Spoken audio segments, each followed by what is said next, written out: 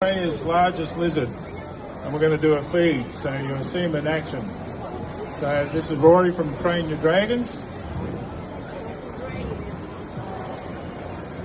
Dragon training, sorry, Rory. Oh, good. Hello, everyone. This is very loud. I like it. So what we got today, we've got a couple of monitors with us. We've got our Parenti, which is Australia's largest goanna. Now this guy's 7 years old, and he's probably 1.80 meters in length. So you've probably actually already seen him out down there earlier on. And we're doing something we haven't really done at a show before. We're going to try and feed him some rats for you. So we'll see how it goes, because he was pretty cool this morning, but with any luck, we'll get him a feed. So you can see the size of him, and luckily this cord's run down the back, so he shouldn't tear me up too much. He's pretty fiery too, so I'll pop him down on the ground. All right. So can everyone see? If everyone can't see, just stand up. We're going to try and get him to run up this pole, show you how much agility these guys have.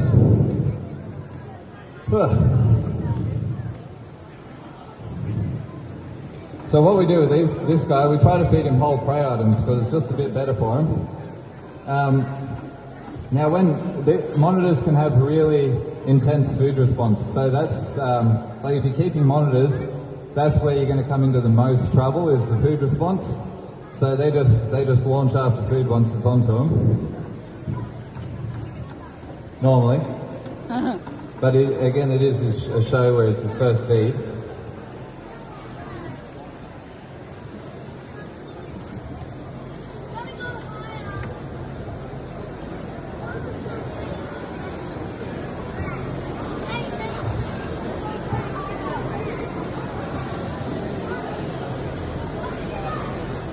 So monitors will smell with their tongue as well, so that can sometimes be a way to kind of get them used to it and get them to go for it.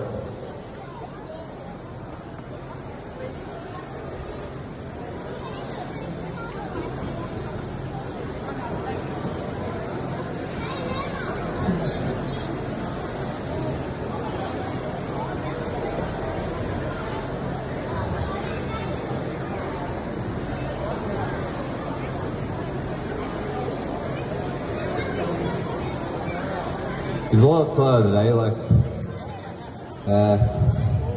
working with animals.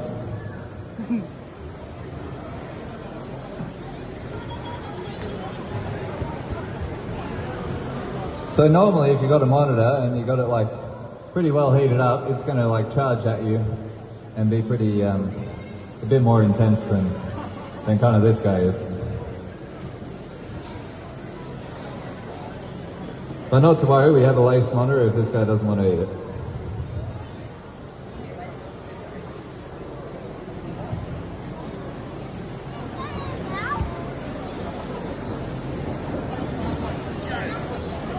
He's really not that interested.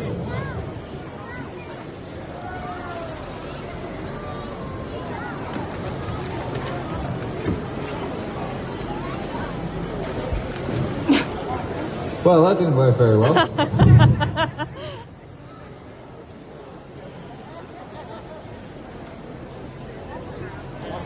So I'm going to try a little bit more dangerous one.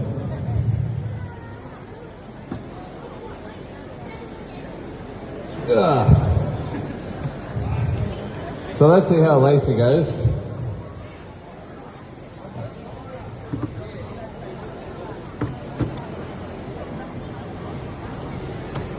Might be a total flop. You might actually not see anything eat anything today, but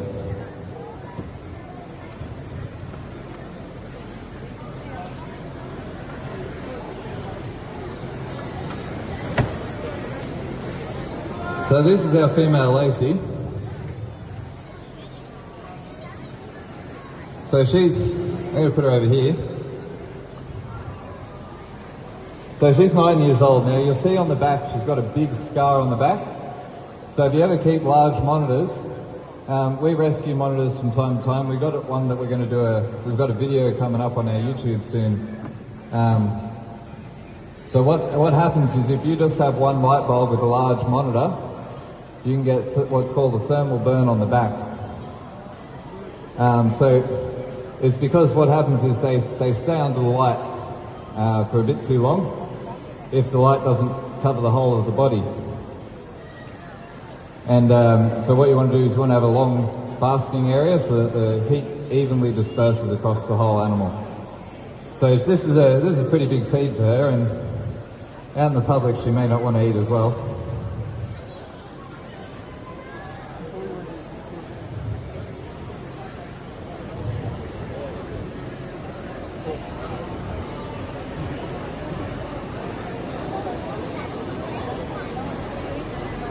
So, anyone want some rats?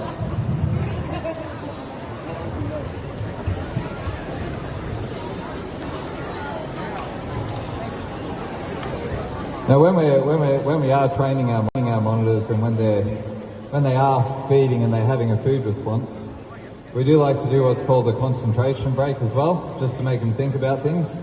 She's probably not going to eat because she's new to the show, so she's not going to probably want to eat now. I don't think we're going to get anything to eat, to be honest, but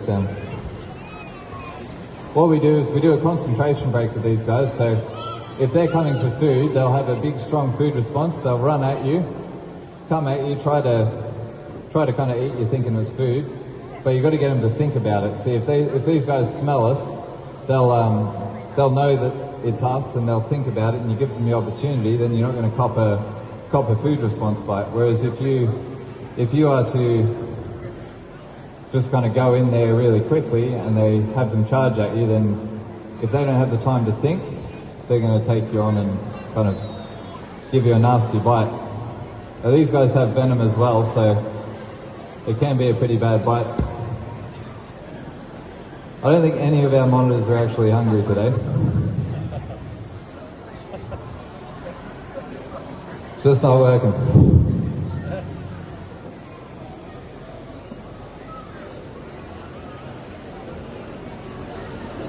So anyway, if we can't actually do a feed video, we'll do a bit of a handling talk, I guess.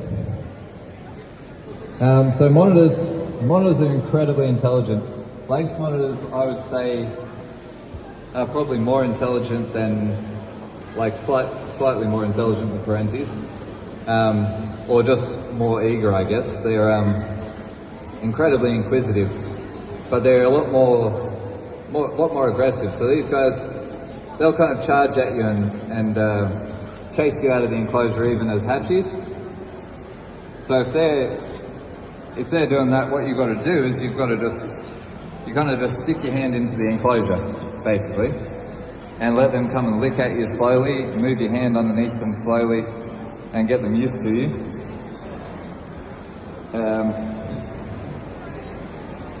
But yeah, they're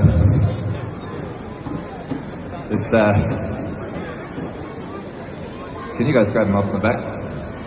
So, because laces are so inquisitive,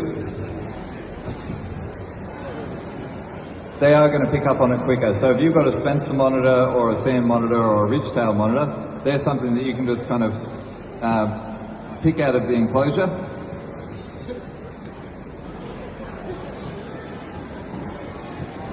Yeah, that's something you can just kind of pick out of the enclosure and handle each time. Lace monitors, Parentes, you want to kind of just... Yeah, you want to, with laces and Parentes, you want to just kind of let them come to you, let them get used to you, let them lose that fear.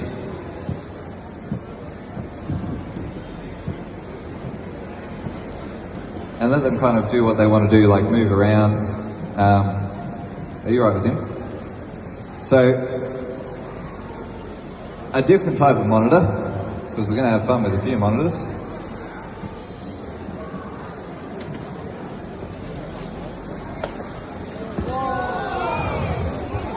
So this guy we have not really tamed up. He's in the show, but we don't take him to anything but the expos, really.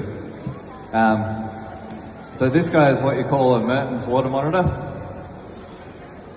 Now these guys are really, they don't look chill while I'm holding it like this, but they are actually really chill. You can tell that because he doesn't want to be held, but he's not trying to bite me. So if you've got like a Spencer monitor or a sand monitor, generally speaking, they're going to be all bluff, they're going to move about, they're going to scratch. Obviously you don't want to cop a bite anyway because their teeth are pretty gnarly. But with training up with these guys, you can do one of two techniques. You can do the technique where you go sit in the enclosure like the Lacies and the Parentes and kind of just get them used to you, let them kind of get used to you over time, or you can get them out and handle them and kind of break them in, I guess, like a bearded dragon. It takes time and you can get scratched up a bit. But yeah, these guys are a much more relaxed kind of lizard in that regard. With Lacies and Parentes, because they're so intelligent and they're so bold, it doesn't work for you to just pick them up out of the enclosure and hold them. You've got to sit in there, you've got to spend time with them. Again, they're incredibly intelligent, the Lacies and the Parentes, and some of the other bigger monitors as well. So they do, with time, they will get used to you, they will form a bond, they'll want to climb on you and move about, and they'll even learn the difference, so you can do things like feed them without worrying about them kind of mauling you to pieces.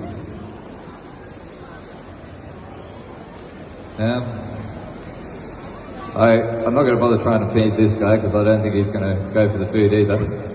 But yeah, I hope you enjoyed the mess of a show, and we'll put these guys back.